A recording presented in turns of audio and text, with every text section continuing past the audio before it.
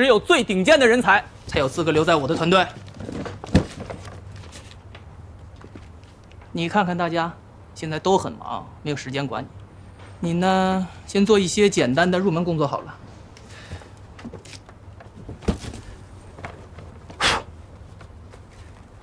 这些材料呢，是咱们公司这么多年来的草稿和设计。有一些呢都没有用了，你整理一下，把有用的和没用的都区分开，回头我检查。好。大家注意一下，5分钟后会议室开会讨论一下最新一批设计的注意事项。哦，好，知道了，知道了。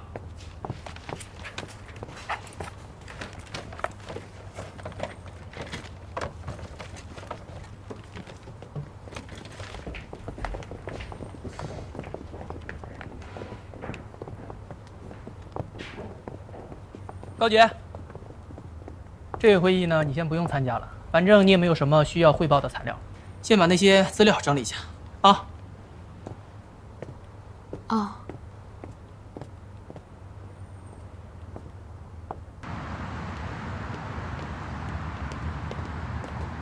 哎，玉芝，你回来正好。哎，你赶紧去一次工厂。高慧的作品他一直不出东西，他打电话把厂长骂了一顿，现在工厂随时可能罢工。你去处理一下，顺便看看为什么咽气。他怎么跟个炮仗似的？我觉得我们像灭火器，他跑到哪儿我们灭到哪儿。灭火器？我都觉得我都快成消防车了。哎，你怎么想的？让高洁进镶嵌组，你明知道高慧跟他不对付。这样好了，都不用3个女人了，就他们俩都够唱一出大戏了。高洁的设计能力不也是在那儿？奶奶也承认了，进我们镶嵌组不是一员大将吗？现在跟高慧的合作才是我们最重要的事。你觉得他知道了你们的关系，他会怎么做？这个你放心啊，完全不会知道。我们家那位已经说了，我们约好不要让别人知道。我准备搞一个地下恋情。小伙子，你这是在玩火啊！全世界最难隐藏的就是感情，你别忘了那么多双眼睛看着你呢。再说了，以高慧对你的了解，你说不定一个眼神就出卖了你们的关系。哎呀，我一定会注意的啊！行了，你还真是我哥，为了我这个弟弟操碎了心。行了，我灭火去了。嘿，全心全意要摆闭幕子云的是你，埋怨拿感情当筹码的也是你，去安抚高慧的是我。小子，我骗你！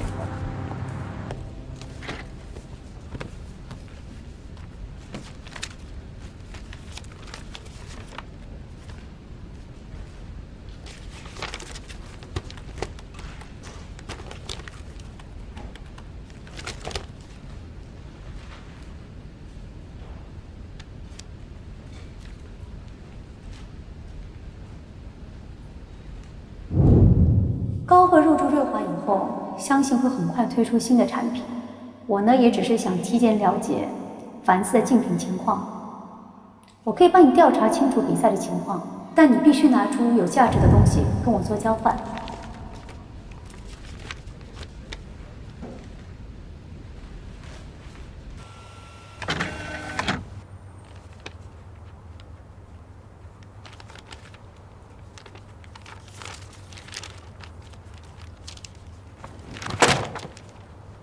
你们自己看看，这就是堂堂瑞华珠宝设计师的作品吗？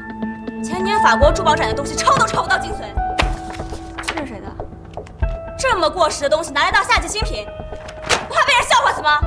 这个设计确实……这不叫设计，这是儿戏。再这么混吃等死下去，我看镶嵌组解散得了。是，您说的对，但是这队伍也得慢慢磨合。镶嵌组不是9年义务教育，没必要包教包混。必须选出真正做设计的和滥竽充数的。那您的意思是？我决定进行一次设计甄选，即刻开始，3日后交稿。获胜的作品呢，可以作为夏季新品首发。获胜者可以和我一起共同研究夏季新品。有意见吗？没有意见。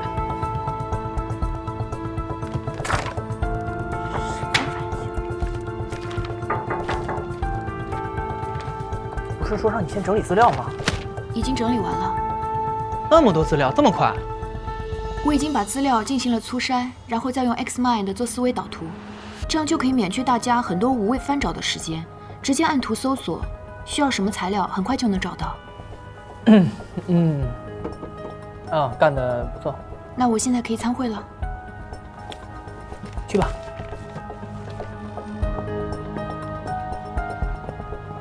会议的主要内容我已经说完了，你们有功夫有时间去研究一些华而不实的东西，不如做点实际的事情。那个，我说两句啊，高杰，这次呢，你资料整理得非常好，接下来呀，再辛苦你跑一趟工厂。现在工厂打样的是咱们慧心女王系列的第1套产品，非常重要，你去监督一下现场。毕竟这落实设计投产也是设计师一项非常重要的工作，你要认真对待，千万不能出错。好。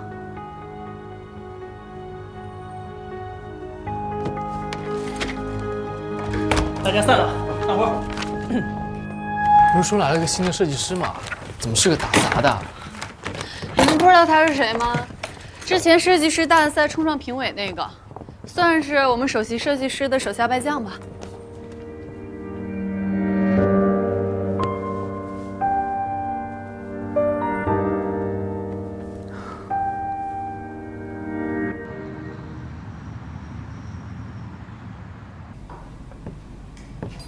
是别的办法，不行就把这个地方再封了。对。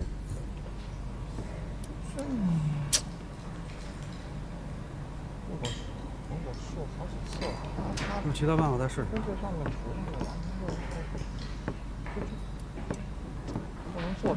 您好，我是镶嵌组新来的设计师高杰。高杰，设计师不是叫高慧吗？这到底谁设计的呀？设计师是高慧，我来这里是了解一下工厂的打样进度。这不是你设计的，你来干什么呀？打听进度就是催工期呗。我说你们这些坐办公室是不是特别闲？每天就知道催。你觉得容易你自己做呗。别误会，我是刚来报道，想学习一下，没有别的意思。师傅，我试过好几次了，这步骤绝对没问题，是这图有问题，怎么制版啊？抽真空没漏气泡吧？绝对不可能。再试试别的办法。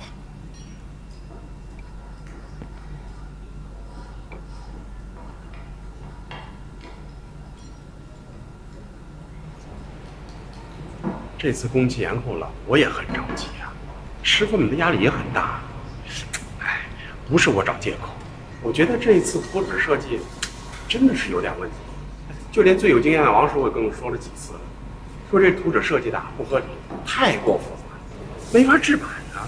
图纸有问题，为什么不向公司反映呢？反映了，公司新来那个首席设计师高慧，人心高气傲，我没说几句呢就给我骂了一顿。骂我不要紧的，师傅们没积极性啊，都不肯做，那我怎么办呀？这样吧，你先带我去工厂看一看。好。啊，看出什么来了？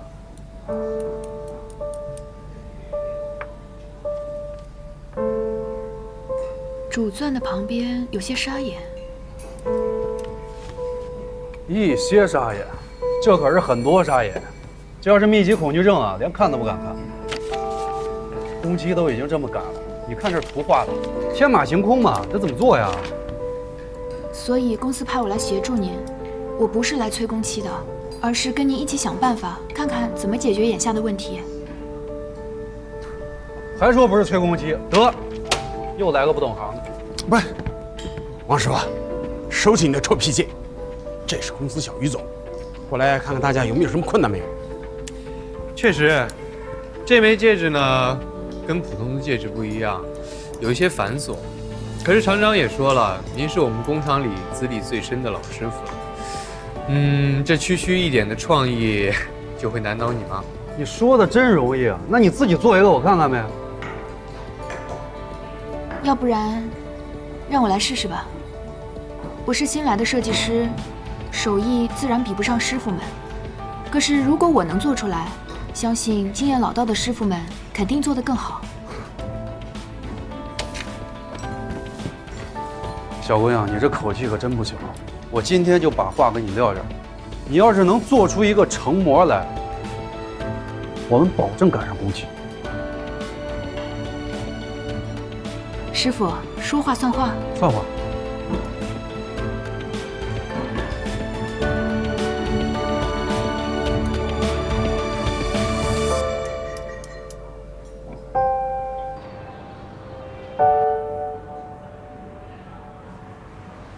亲爱的菠菜大大，我已就位，靠窗最里面那桌，坐等你来翻牌。希望是个美女。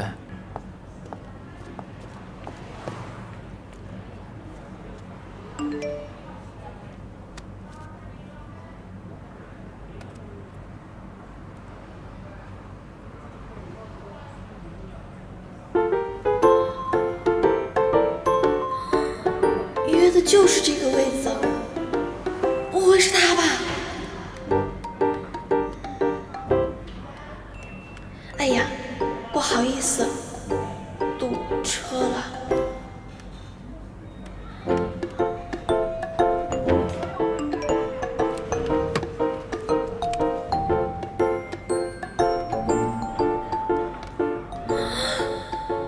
还真是他呀！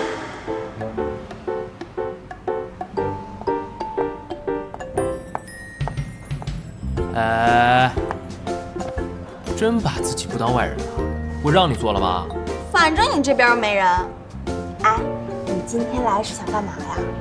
我当然是和女神约会了。你该哪去，别让女神误会咱俩。这有什么可误会的呀？人家女神才看不上你呢。人家女神可是颜值与才情兼并，可软萌可风情的文学女神。你再看看你。懒笨馋凶矮胖圆，就你这形象，你出门照镜子吗？我形象超正的好吧？切！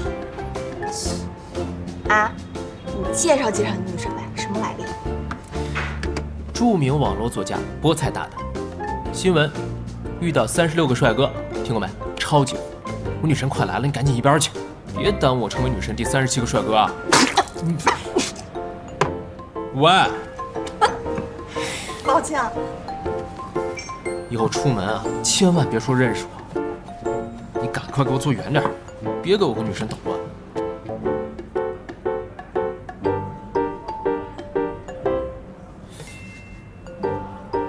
你，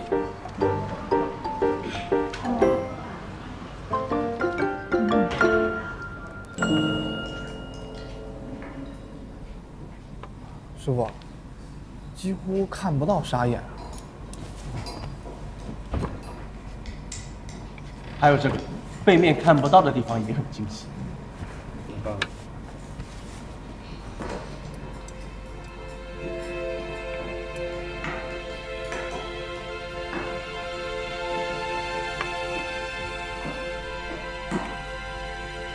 还真有两下子。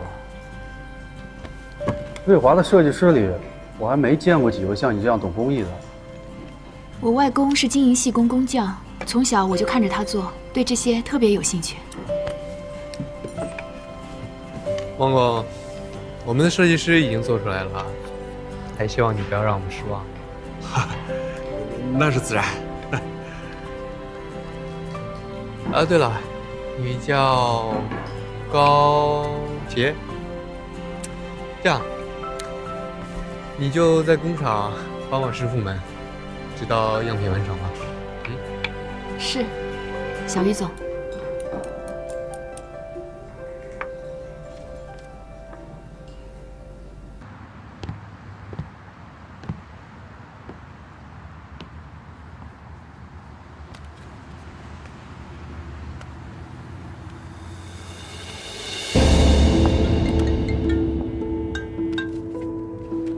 喂，哎呀，我跟你说，镶嵌组又派了个小姑娘过来盯着，还挺厉害的，这事儿不太好弄啊。你就按我说的做，小心点儿，不要让他发现了。行，放心吧。嗯。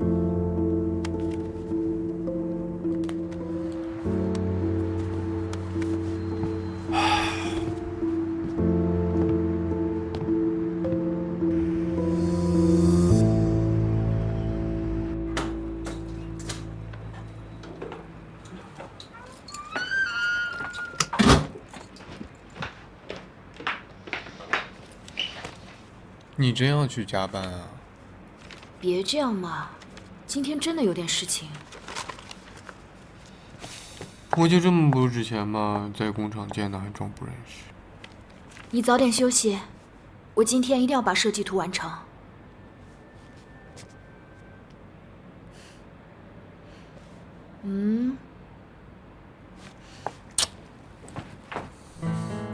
还是我女朋友懂事。可是我女朋友白天是监工，晚上才是设计师啊。画设计稿本来就是每天的任务，一天不练就会生疏。今天一整天我都在忙整理资料，又去跑工厂，设计任务都还没有完成呢。那你这么忙，为什么还要去工厂啊？是工作的需要。怎么了？是有人欺负你吗？还是有人为难你啊？没有啦。对了，今天我在整理资料的时候，还发现有一份客户名单，上面写着“铭刻真情，感恩回馈”，这个是用来做什么的？这个呀，是我们瑞华的传统。我奶奶认为，我们瑞华有今天，都是因为这些客户的支持与肯定，所以她每年都会举办一些活动，从中随机抽取用户，送给他们礼物，以表我们的感恩和回馈。你怎么会看到这些啊？这不是你们瑞华对新人系统培训的第一课吗？我是个好学生，你就不用操心了。那我还要。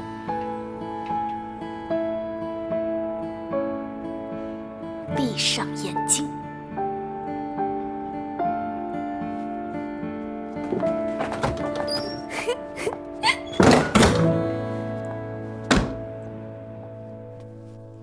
项圈部分缠绕的线代表了每个人生命的长短、曲折和归宿，只有这样才能把未来紧握在自己手里，这就是我的设计理念。可以了。高小姐不光专业上出类拔萃，为人也这么有魅力。今天的采访特别顺利，那最后再麻烦您帮我们补拍几张照片。应该是我多麻烦你们，还请多为慧心打广告。对了，别忘了我的好搭档小于总。我就不凑热闹了，拍你。原来是慧心的小于总啊，我还以为高小姐的男朋友呢。两位代表的可是我们珠宝界90后的新势力，如果两位能够一起出镜的话，说不定我可以抢到个封面，为慧心大力宣传呢。啊，那就有劳你了。好。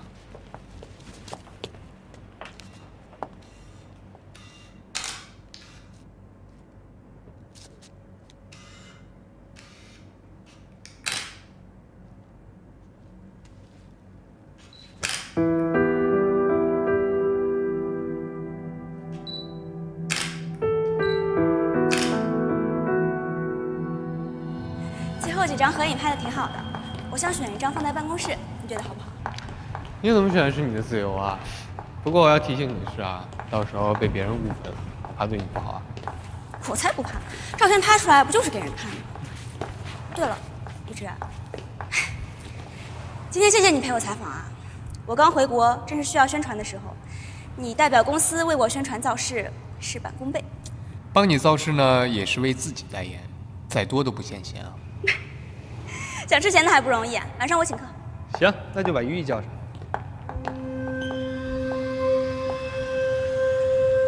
你怎么才出发啊？工厂那边随时都要有人盯着的，别偷懒啊。我来这里拿些资料，这就过去。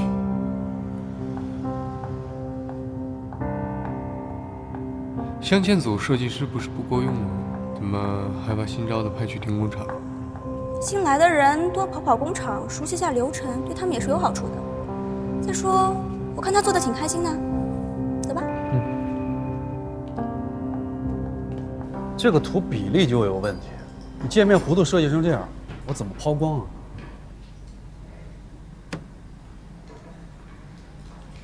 我们再想想看有没有别的解决办法。所以说，真的不是我们故意找茬延误工期，真的是他这设计问题太多了。还有啊，就新来的那个首席设计师，年纪轻轻的脾气倒还不小，还跑到厂长那儿投诉。追名逐利，沉不下心，这种年轻人我见太多了，都是花架，搁到正事上一个都不行。要不然我把图带回去，再研究一下怎么解决。如果再这么下去，东西做不出来不说，费劲又不讨好。行吧，也只能这样了。我们也不想因为这个事儿影响自己的声誉。那我复印分带走。好。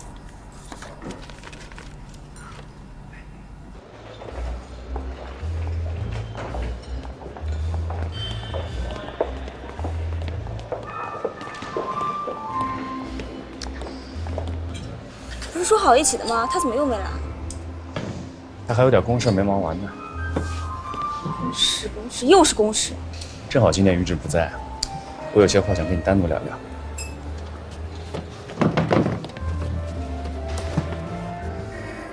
我是于直的堂兄，又是你的学长，所以你们两个对我来说都是最重要的，我要对你们负责。不会，你跟我说实话，你心里对于直是怎么想的？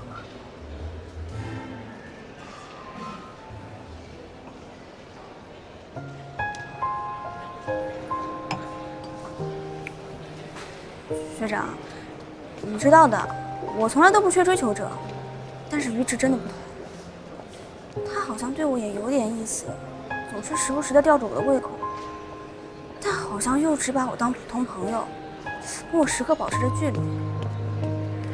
我越是看不透他，就越是想得到他。原来是占有欲犯了。这么看来，你也没有多爱他。那又怎么样？他又没女朋友。不会，这个世界上有很多很好的男孩，而你条件又这么好，何必单盯着他呢？于是现在一门心思都扑在瑞华的事业上，他没有精力分出来想其他的事情。如果你只是想享受一下美好的恋情的话，我完全可以介绍其他更好的人。什么意思啊？当初撮合我和于直的不就是你吗？现在怎么突然要给我介绍别人啊？于直有女朋友了？那不是，不会，你的胜负心太强，我怕你们做不了恋人，会成为冤家。现在我们三个是工作上的合作关系，因为感情影响公事，是我最不愿意看到的。说我胜负心强，你也不差啊，说什么都能绕到工作。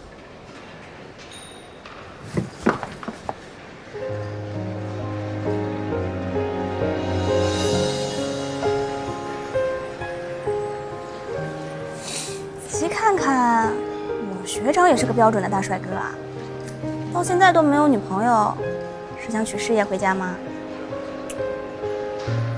可以考虑。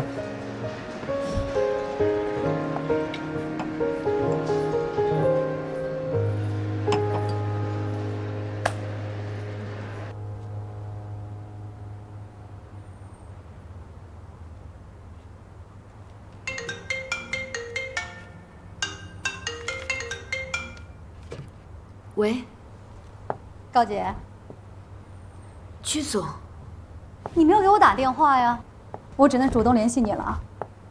我已经调查清楚了，是吴小慈买通了公益师故意陷害你，现在证据就在我的手里。真的是他？听说高慧的新品马上就要上线了，这对你来说是最后的机会，用他的失败来换回你的成功，我觉得很合理。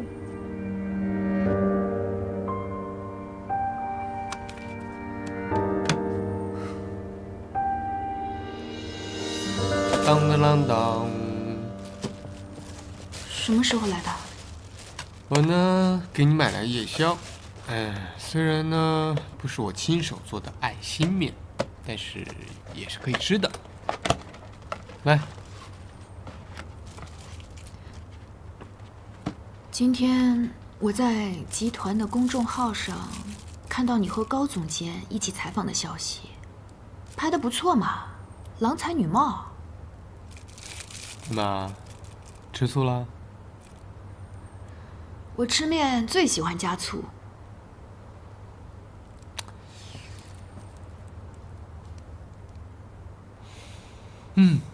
今天真是美好的一天啊！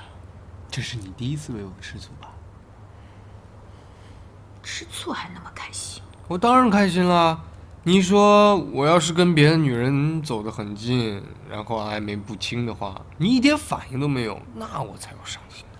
你应该多学学我，你只要跟男同事一说话，我恨不得就在你脑门上贴上8个字：于直专属，闲人勿扰。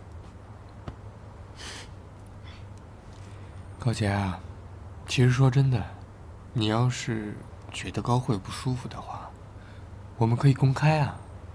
其他的事情你不用担心的，我会去解决。你只要安安静静的待在我身边就好了。突然公开，谁知道会让多少少女伤心啊！我还想在公司好好待下去呢。好吧。哎，对了，你为什么这么晚还在公司加班啊？而且白天还跑工厂？哎，本来是名设计师，怎么干的都是打工小妹的活。高慧要是怎么欺负你，我明天去跟她谈谈呗。我是新手，当然会承担更多的打杂工作了。再加上之前在匠心设计大赛上的那些风言风语，我不奇怪他会对我有些看法。工厂那边一直说这设计稿有问题，责怪设计师没有跟他们好好沟通，所以我就想带回来好好研究一下，看看有没有什么解决的办法。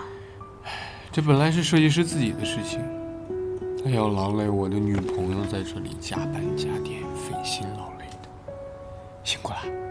虽然不是我的设计，但这总归是镶嵌组的事，我总不能坐视不理吧。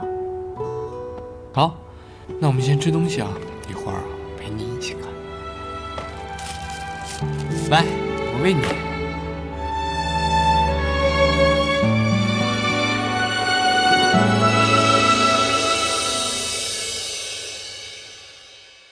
今天我们要进行内部比稿，选出镶嵌部夏季的主打产品。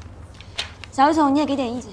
好，那个我说两句，这次咱们内部征选的优胜作品会纳入咱们慧心系列夏季新品系列当中，然后一并推出。一会儿大家认真的把自己的设计理念跟小于总好好说一下。小李，从你开始。这次设计方案呢，我设计了3种不同的设计方案图，请大家看一下。高洁，你别发了，今天这个会议你也参加一下，学习一下。小于总，经过我们大家的初步讨论后呢，我们挑选出了这件产品。这件产品呢，我们改变了平时手链的那种扁平式的设计方案。我们呢设计了一款立体的新型挂坠。这个挂坠呢挂在手链上，无论你从任何一个角度看，它都是一个完整的桃心。这个概念还是受高慧小姐的启发的。你们啊，还是要被我骂一骂才能出成绩。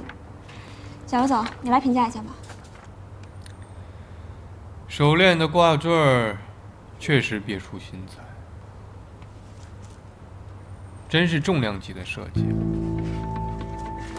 你4厘米直径的挂坠儿不算宝石，已经很重了吧？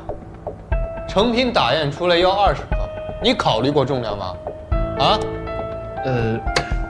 这个你是要给顾客举哑铃吗？我们的顾客需要的是物美价廉、简易穿戴的手链。你20岁的时候会买这种手链吗？啊？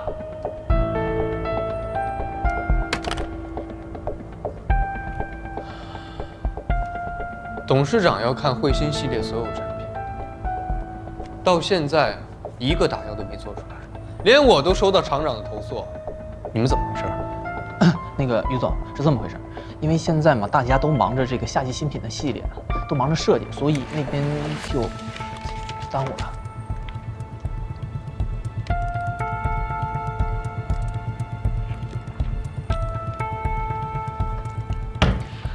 设计部门不单单要画出漂亮的图纸，你们还要盯着自己的成品完成。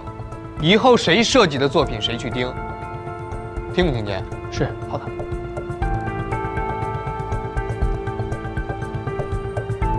我要下周看到成品。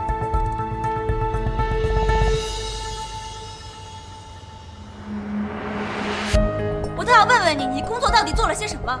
我让你去盯工厂，结果呢？样品在哪里？是设计上面。我的设计不会有问题，有错的只可能是你还有工厂打样的工人。高姐，我给你3天时间，如果3天时间样品还不出来，就别来公司了。好的，我再去和工艺师好好沟通一下，尽快让工厂完成打样。你记住你今天说的话，如果3天之后样品再不出来，你知道该怎么做。如果无法按图纸做出样品，我当然知道该怎么做。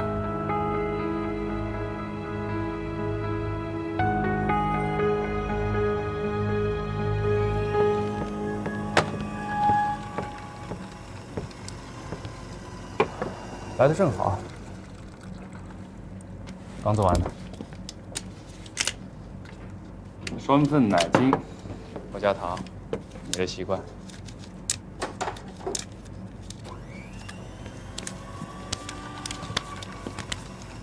哎，高姐在你手下做的怎么样？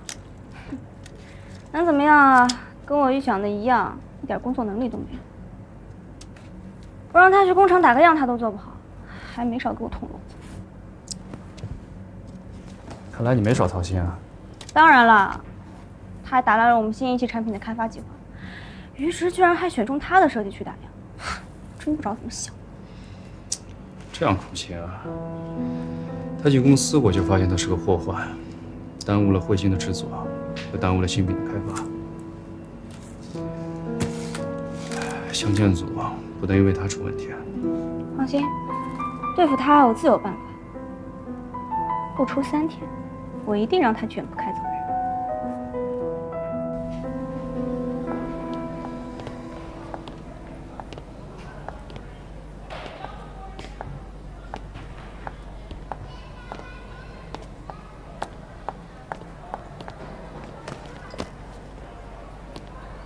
你觉得哪个好看？我觉得都挺好的，都不错。最讨厌和你们男生逛街了，一口一句这个不错，那个也很好，一点自己的主见都没有。哪儿也很怕陪女生逛街啊，每一个问题不是陷阱就是坑。不过你要真说起来的话，可能这条还比较别致吧。但这条要是送给伯父的话，可能有点太年轻了。谁说是给我爸的？哎，如果是你日常戴的话，你觉得怎么样？我，你帮我试试吧。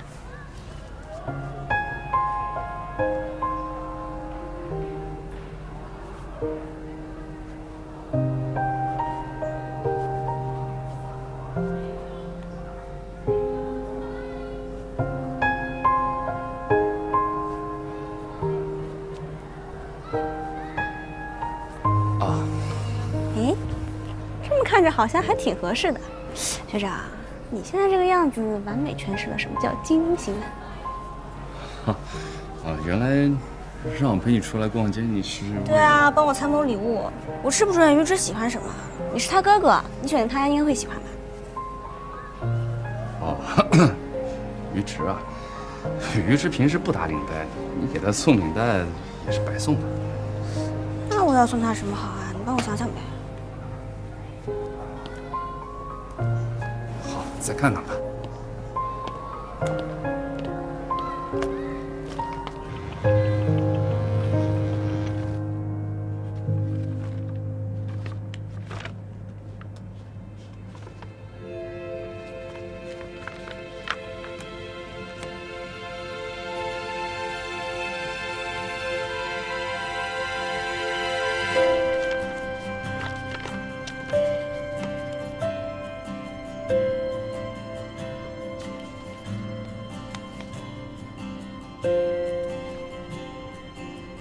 设计再华丽，呈现不出来又有什么用呢？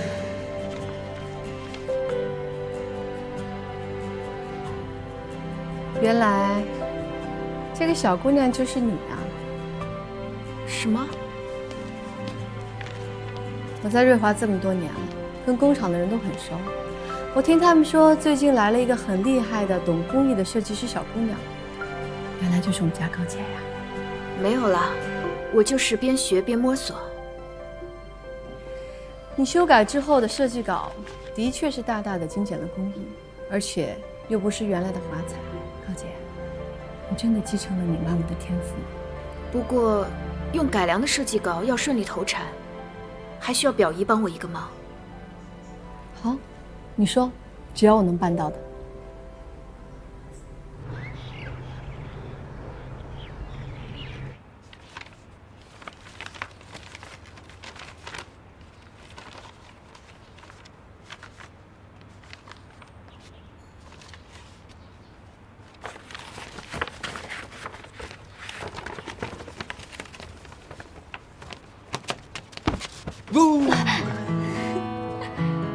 起来啦？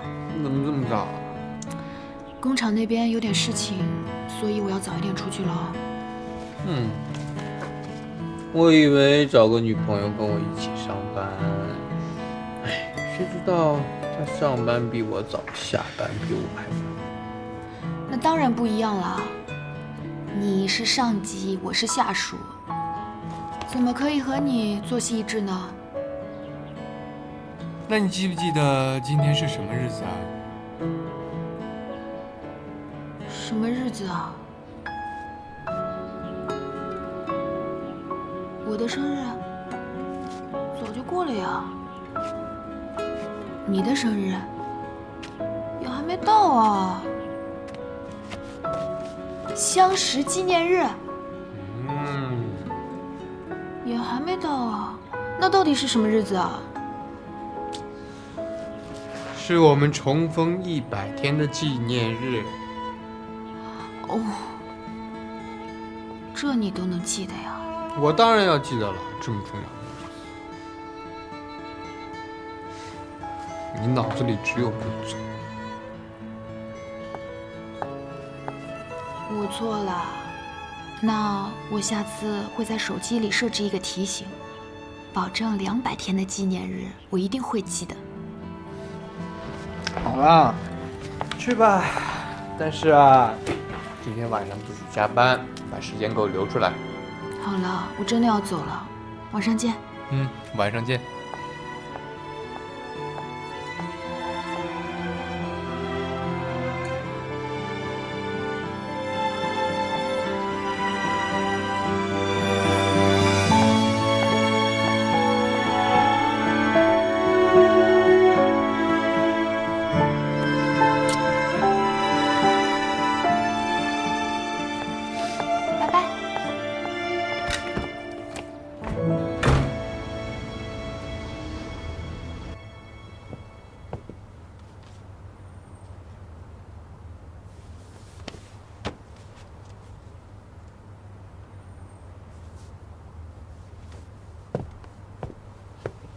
这3天的时间已经到了，看来高洁是打不出样来，现在都不敢来公司了。我就没指望他能做出来，只会嘴上说说，没有真本事的人我见多了。总算解决了一个麻烦。人事那边怎么处理，你知道的？您放心，辞退信呢我早就准备好了，下班之前就给人事部发过去。既然工厂那边的人没有能力，我的彗星系列也不想被那群不懂工艺的人瞎折腾。你叫上于之于毅，等下我们一起开个会。好的。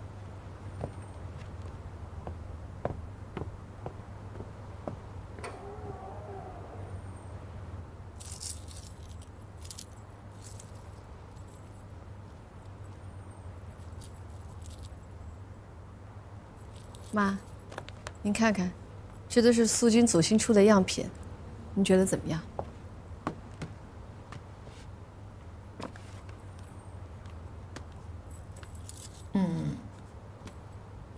这次的设计非常简洁，样品的这种细致部位的打样是重点和难点，不过完成的不错，老师傅们的手艺我还是非常满意的。师傅们要听您这么说，不用再回去重做的话，一定会松口气的。行了，样品不错，你就赶紧安排生产，啊。他们虽然做的不错，但是这次可能不能用我们自己的工厂来做了。为什么？工厂的生产不是一直你在安排吗？工厂接了外面的订单吗？不是的，他们没有接外面订单，只是他们一直在帮镶嵌组在打样呢。镶嵌组打样才用几个人啊，不会影响到你们塑金组的生产的。我听说，镶嵌组的样品它的设计很难成型，所以前前后后一直在换工人去做。这个排班表一乱，我怕到时候会影响了塑金组的出货呀。这种工艺那么多年了，我们都知道是个什么样的设计呀？前前后后打个样需要这么多人，我也不知道应该怎么跟您说。要不然，您去看看您就知道了。您也明白的，宇智的事情我也不方便多说。可是我总觉得，设计部门跟工厂要相处得好，才能够双赢啊，是不是？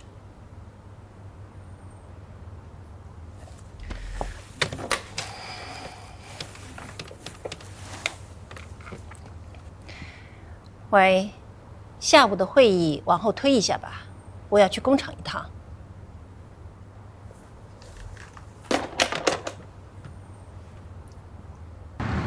董事长，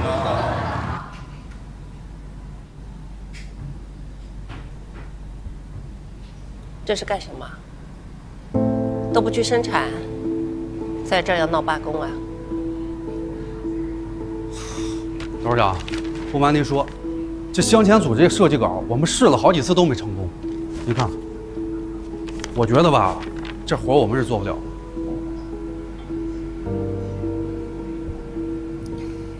你觉得问题出在哪儿了？就新来那总监，姓高的那个，仗着自己是个高材生，喝过几年洋墨水，就觉得自己有多了不起，啊，不听劝还不说，还每天一个劲儿在那儿催进度。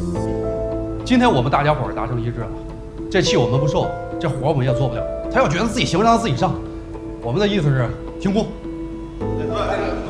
大家别着急，冷静一点啊。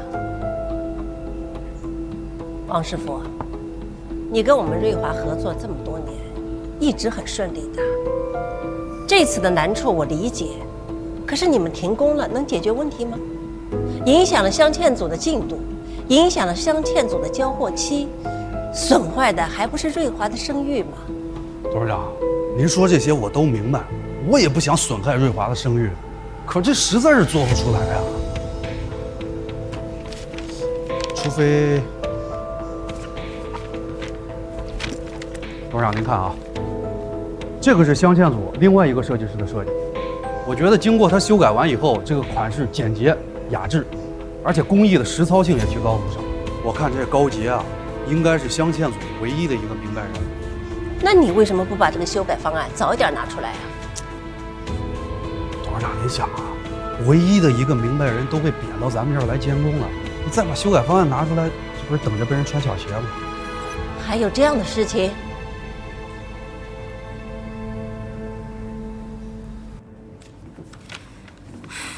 我决定了，既然工厂迟迟交不上样品，不如换掉工艺室。你想换外面的工厂？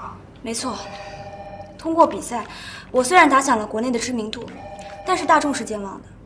如果我的产品迟迟不能上市，他们很快就会忘记。既然瑞华的工人技艺不行，那就找外面更有能力的人来做。换工厂不是个小事儿啊。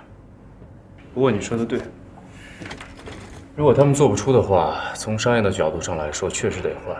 只是现在找好的工艺师没这么简单。这个你放心，工艺师我已经找好了。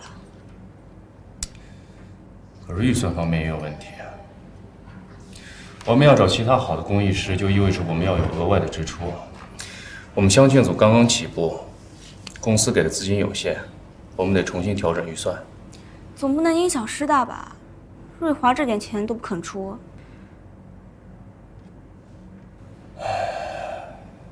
好吧，那钱的事情我来解决，汇金系列绝对不能落后。你觉得呢？其实按理来说，工厂不会发生那样的状况。那些工艺师傅都是爷爷当年一手培养的。而且，就算瑞华再难的设计好，他们都做得出来。这份日积月累的信任，如果突然换掉的话，你觉得董事长会怎么想？不是我们随随便便说换就要换，是他们的能力确实不行，打不出样品来。我相信董事长能理解的，只要我们3个好好解释，他会慎重考虑的。正是因为用了这么长的时间，所以大家都习惯了，觉得他们做的都是对的。正好通过这次机会来进行改革。凡事都有第一次嘛。再说奶奶也不是一个墨守成规的人。我觉得还是需要跟工厂沟通一下，毕竟苏金组跟他们合作了这么长时间都很顺利。我们镶嵌组刚刚开发新系列就要换工厂，怕有心之人就说我们能力有问题啊。什么意思啊？你是质疑我的设计能力吗？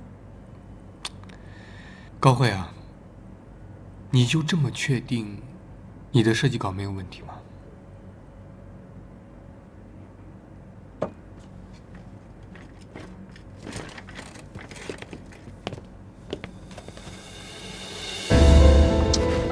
董事长来了。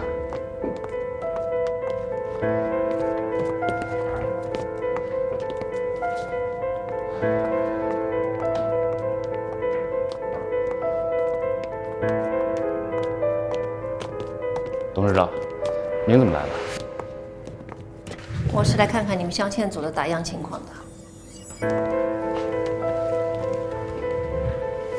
你们都坐下吧。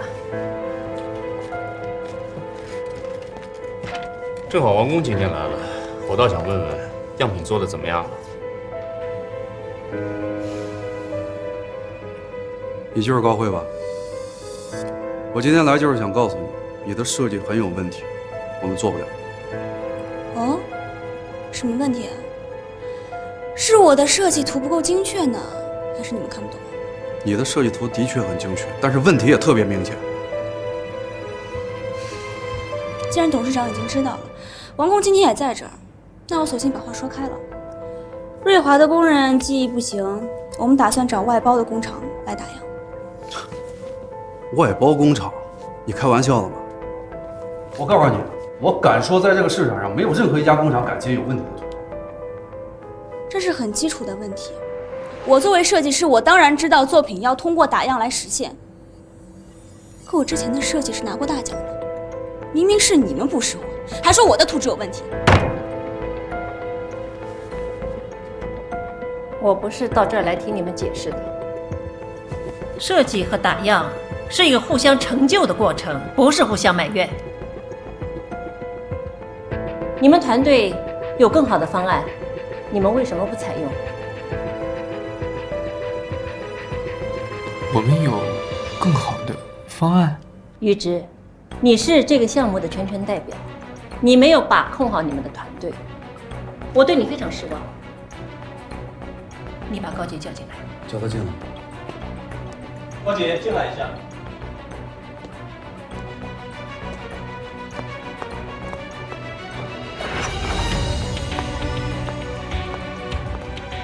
董事长好。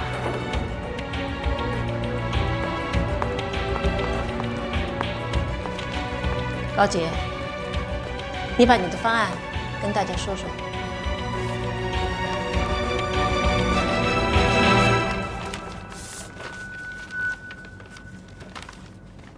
原来的设计对于线条的要求过高，在实操中不便于呈现，所以我把它简单化了一点，也方便打样。这和我的设计理念完全背道而驰，你凭什么破坏我的设计啊？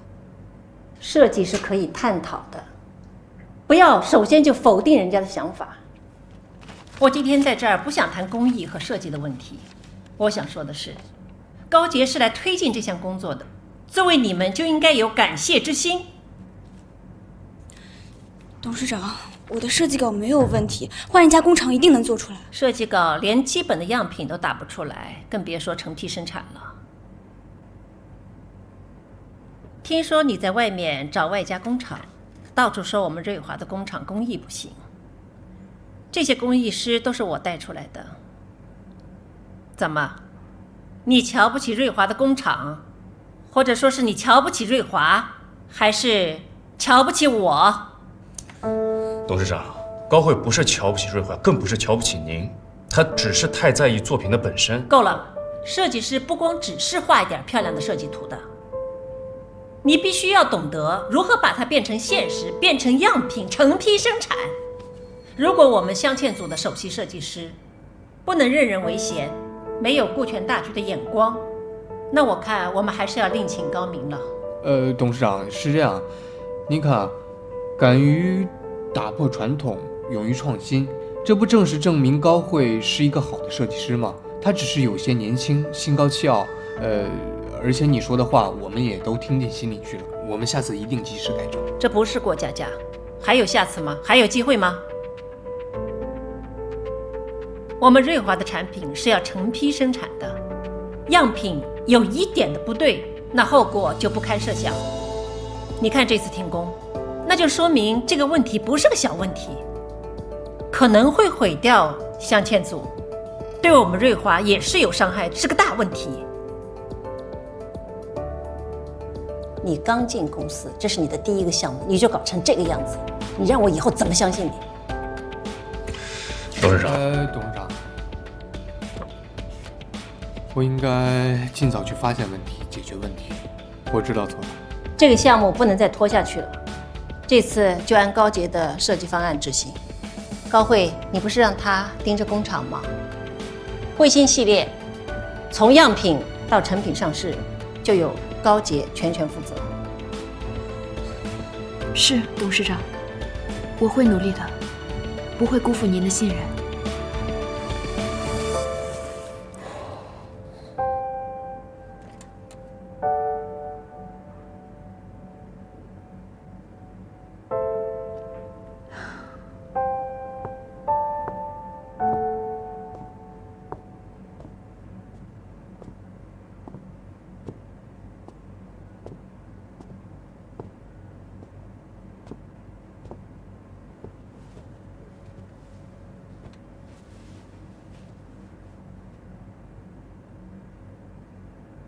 这上头布置的任务，我们也很为难。打样如果出不来，这锅到最后不是还是我们背吗？所以你们不能坐以待毙，应该把问题反映给上级，让他们都知道打样不出来的责任应该是在谁那里。我倒是想，可我找谁说去？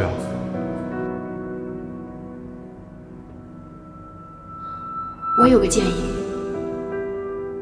去找董事长申诉。我本来只是想让王军找董事长申诉，这样就可以按我的修改方案来做。可是工厂怎么会闹到停工这么严重？现在这件事还连累到了于直，害他被董事长责备，我该怎么去跟他解释呢？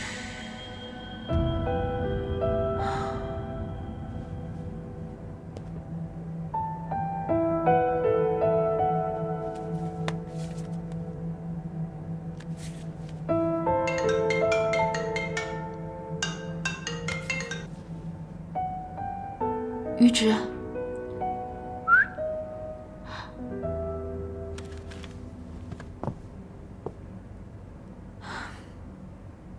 下班后江边见好吗？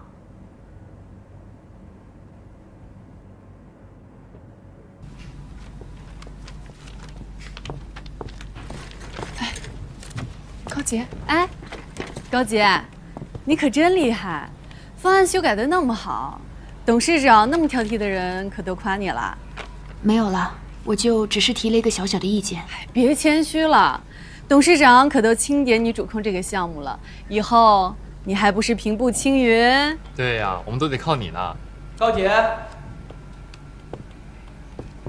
恭喜恭喜！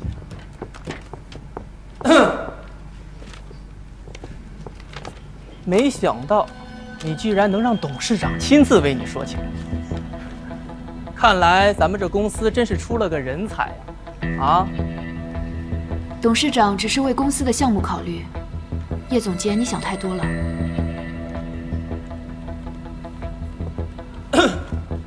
干活干活！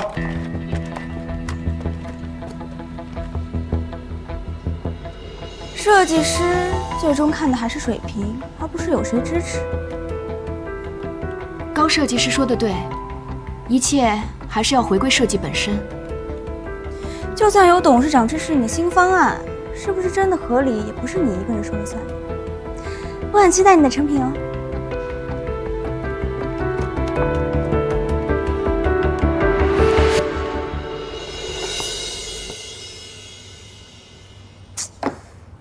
哎呦，我这怎么签呀？奶奶要我授权高洁去改高慧的设计，以她那心高气傲，她怎么可能答应？她不接受也得接受啊。我们公司要的只是一个被认可的设计。哎，这也是我们当初找慧心的原因呐。现在既然奶奶出面了，那就证明高洁的设计能力是 OK 的。我们既然可以用高洁，为什么非要用高慧呢？听你话里的意思，你是期待着有一天高洁可以替代高慧啊？我告诉你，想都不要想。就算高洁她再有才华，她也是个普通设计师。那高慧不一样啊，高慧是吴小慈的女儿，她可是业内公认的明日之星啊。吴小慈既然可以通过圣罗朗大赛脱颖而出，那高洁为什么不能一举成名？我们要赌的不是一个可能性，而是板上钉钉。奶奶现在年纪越来越大了，穆总在公司的话语权也越来越重了，我们没有时间去赌一个所谓的一举成名。我跟你说啊，我不想干预你太多的私生活，但是也请你不要把个人感情带到工作中来影响到工作的判断。我靠！找一个为我们所用的设计师，不是你之前一直的想法吗？你为什么现在就全盘否定？还有，为什么一遇到高慧的事情你就一直帮着她？难道你对她就不带私人感情吗？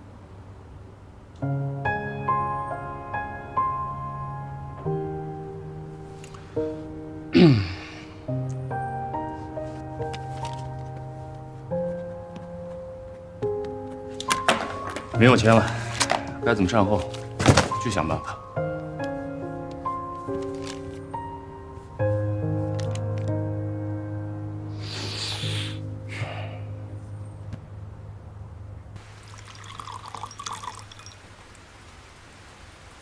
原来排气工厂的是高洁，他亲自过来拜托你，显然他很看重那件样品，所以你就顺水推舟的送他一个人情。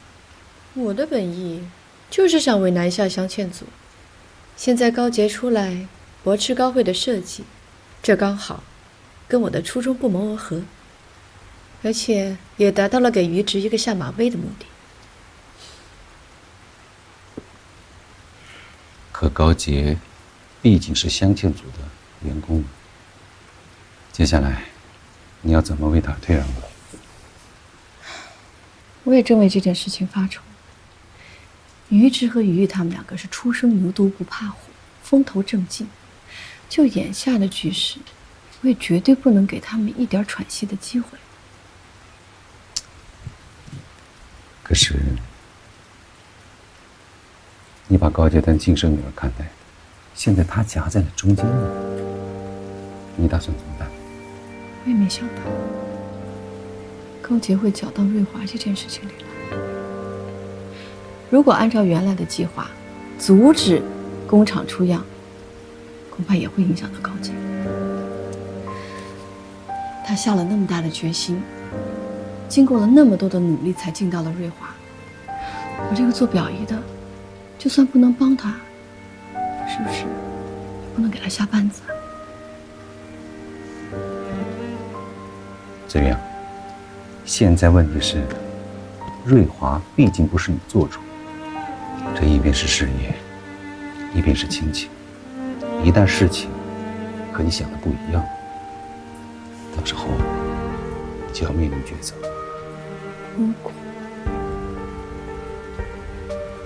如果事情真的到了一发不可收拾的情况，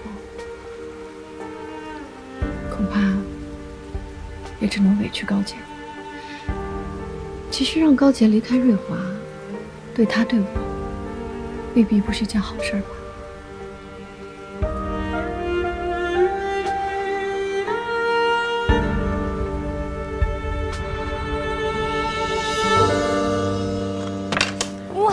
你最喜欢的？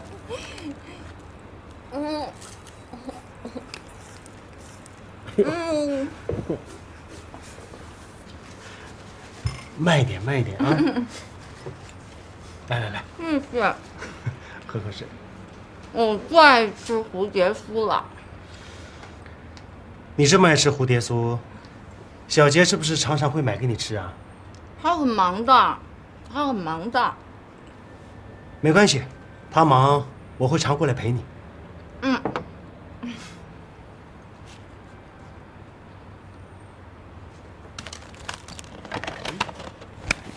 怎么不吃了？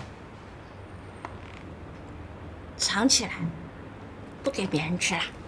不用藏，还有很多呢。给小杰留着，他太瘦了。他爱吃，我再给他买嘛。啊？不，就要给小杰留着。我对不起你和女儿。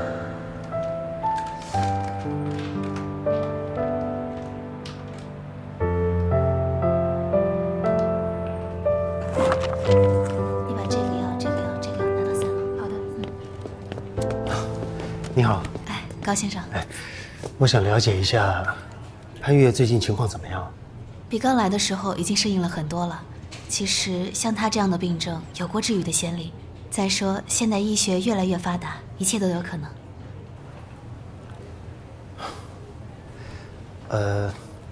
我想把他下个季度的费用结了。如果他女儿问起，你就说，针对潘越的情况，你们院里有福利政策，可以减免一些费用。我想帮个忙，又怕他女儿觉得难为情。好的，那我先去准备一下手续，回头去病房找你。谢谢。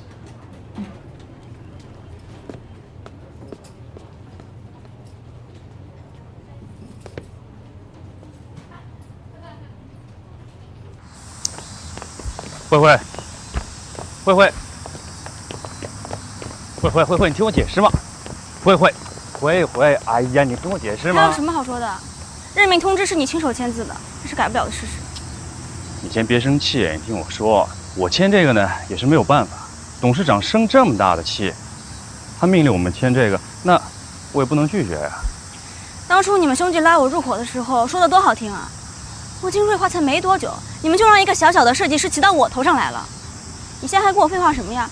还不捧着你们的新设计师去？哎，慧慧，我相信你，真的，我相信你的设计没有任何问题。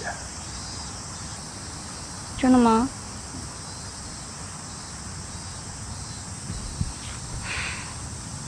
玉芝要是也这么想就好。对了，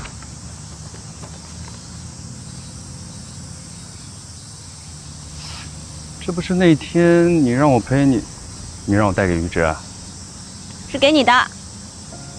后天不是你生日吗？你刚才的话也不枉费我记得你生日。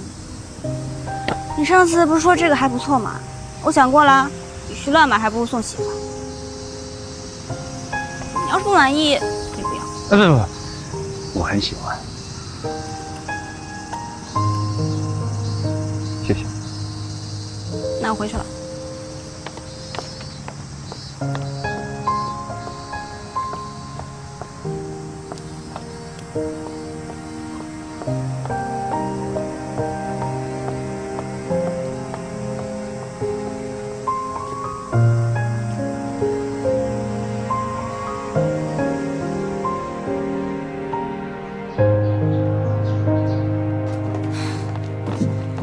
真是待不下去了。林雪不仅不同意换工厂，还采用了高洁的设计方案，把我的方案全盘否了。水华真是太欺负人了。慧慧，消消气啊，千万别生气。你这个时候更应该沉得住气。你想想，你要是现在跟瑞华闹起来，不是正中了高洁的圈套吗？我就是咽不下这口气。明天我就请病假，不去上班了。高洁不是要得意吗？我就让他得意一会儿。这么大一摊子事儿，我看他怎么折腾。哎，慧慧，你可千万别冲动啊！慧慧，你听妈妈跟你说呀。哎呀，慧慧。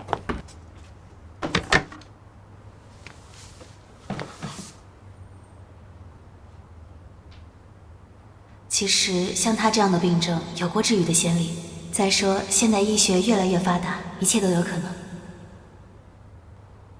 潘越，只要有一线的希望，我都要尽力去试一试，这是我唯一能为你做的。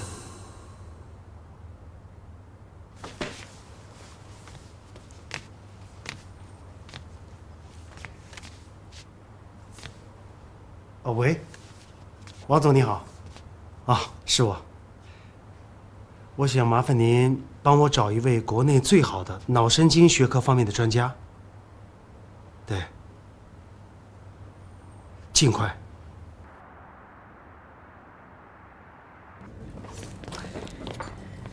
好，那我们就后会有期。好，没问题。我们的宣传方案就靠你们了。放心，我们是有经验的啊。走了。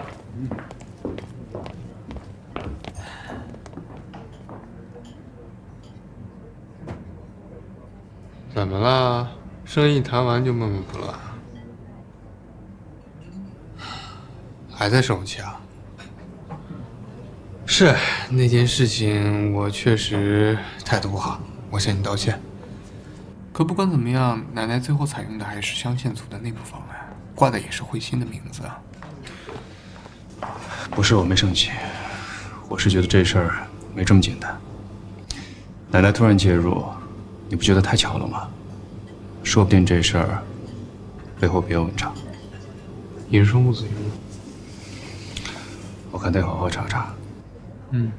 那我就先从……刷不了，这4张卡你都刷过了。先生，我真的已经试过好几次了，是真的刷不出来。刷不出来就记账。哎，不，先生，我们这里不提供记账服务。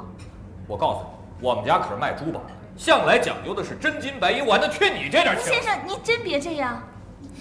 你先回去吧，我后面联系你。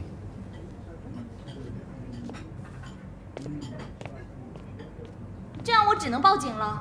你说什么？报警？你报哪门子警啊你？打女人还是老样子。哟，替我结账的人来了，儿子，幸亏你来了，你要是再不来的话，我就给瑞华打电话去找穆子云去了。我，你要是继续喊，我就让奶奶和所有人都知道，我也好轻松轻松。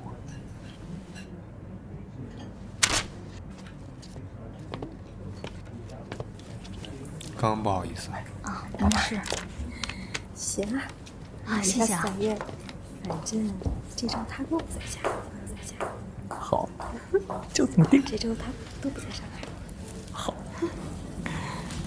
拜拜。又从哪儿勾搭的有夫之妇啊？你情我愿，什么叫勾搭呀？哎，怎么说话这么难听啊？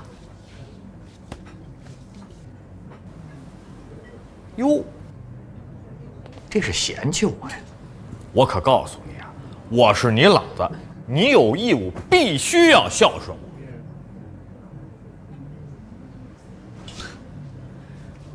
那我提醒你一句，我妈妈是因为你才自杀的，还想让我孝敬你啊？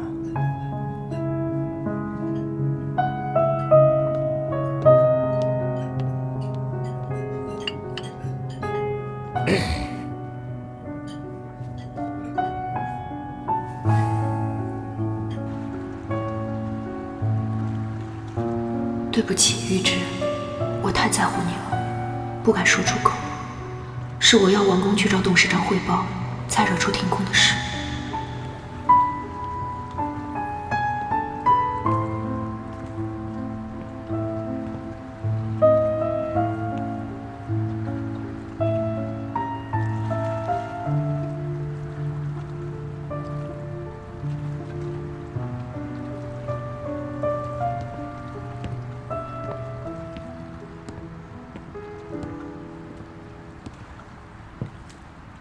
你来啦？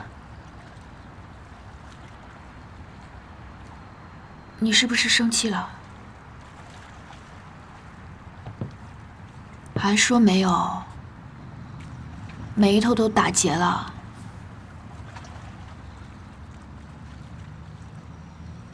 我知道白天越级上报是我不对，可是我不是故意的。我也很意外，董事长会把我叫过去。你不要生气了，好不好？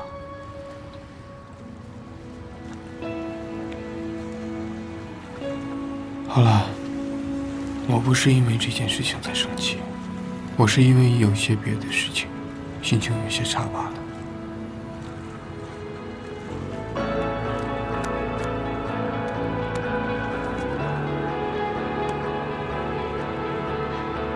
你不是说我们100天纪念日吗？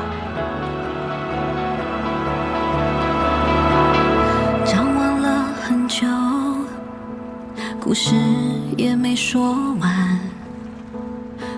这是我亲手做的。本来呢，我想用火彩明亮的欧泊石做领带夹，可是我的钱不够。后来想起之前收藏了一对精度不错的月光石，正好可以给你做袖扣。你看，这像不像一轮圆月？遇见你呀，月圆人圆，希望你的工作和生活都能圆圆满满。全都是冥冥中早已注定的灌溉。遇见你呀，你这是什么表情啊？嫌弃也不准说出来啊！虽然我知道我的手工比不上工厂的师傅，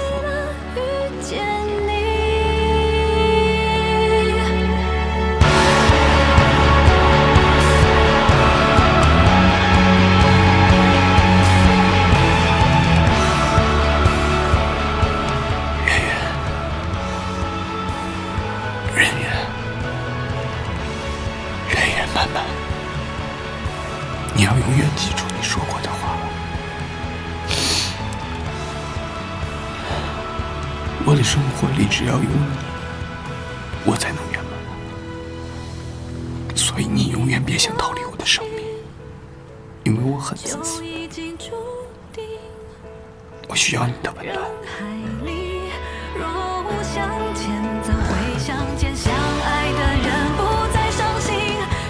我会一直在你身边的。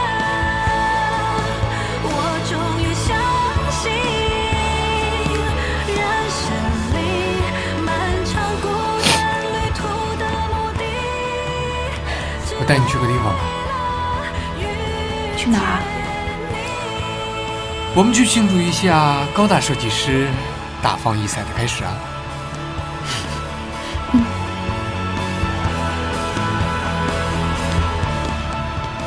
都背半天了，放我下来吧，别人还以为我受伤了。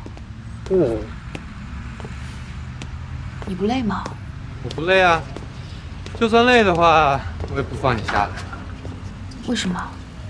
因为我怕你跑掉。怎么会？怎么了？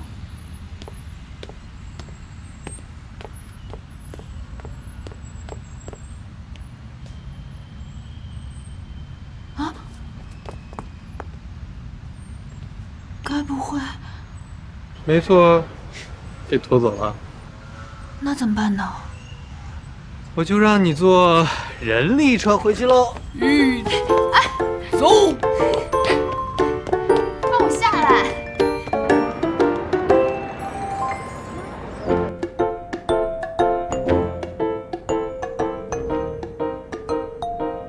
你说让我陪你去个地方，还说帮我庆祝，就是来这里攀岩啊？对啊，我们回国后第一次见面就是在这里，又是100天的恋爱纪念，当然要来这么有意义的地方了。你看到那个袋子了吗？今天攀岩馆搞活动，你只要拿到那个袋子，里面的礼物就是我的。我心情不好，可能拿到那个袋子会好点哦。你要我去哪？刚才谁还说要帮我庆祝啊？连朵花都没有，还差使女朋友，这像话吗？可是我心情不好嘛。就让你得意一个晚上好了。过了今晚，明天可不许你再用心情不好来当借口了。好。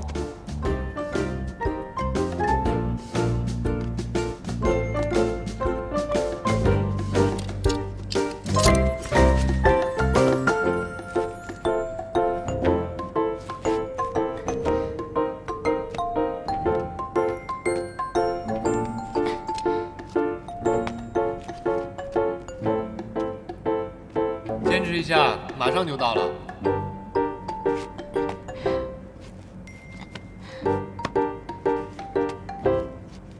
于直，我拿到了。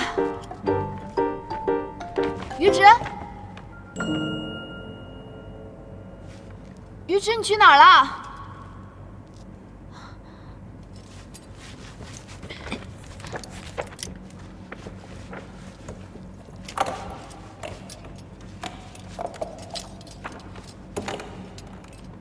于直，于直，于直，你去哪儿了？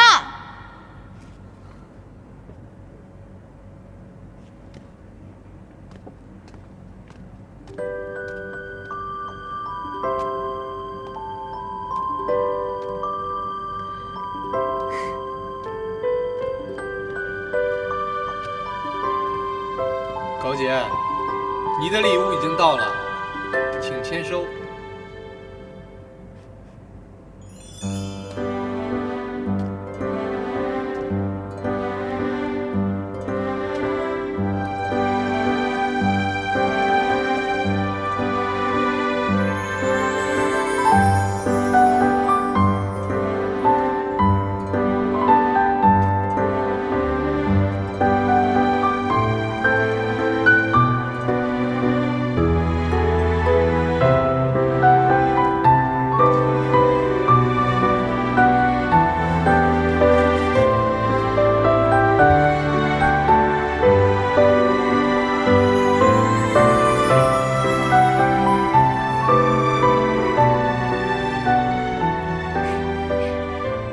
祝贺我们相识100天，相恋100天。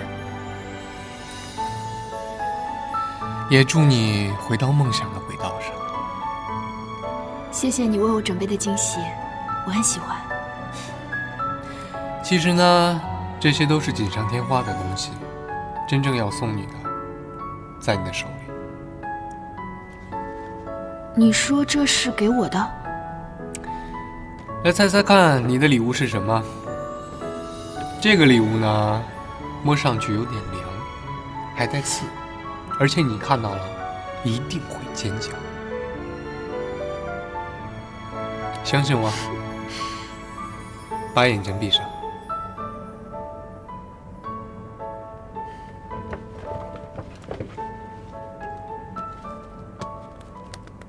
把手伸出来。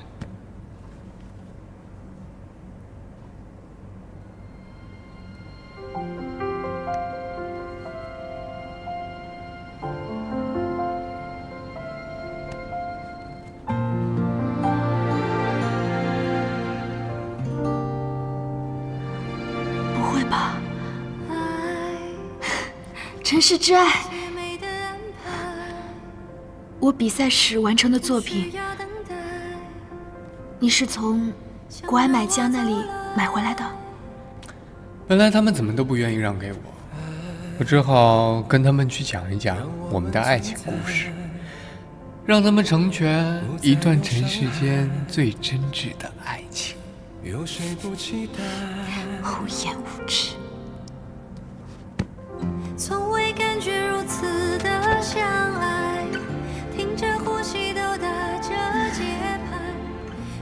玉芝，谢谢你。我一直都没有告诉你，这条项链的创意是来自雨林，你对我的守护。如果说每个人终会有人宠爱，我希望陪我走到最后的那个人是你。能够让我遇见你，守护你，是我的幸运。我的生命也因此变得意义非凡。高洁，如果有一天你要从我身边逃离的话，我不管什么代价，我都会把你抓回来。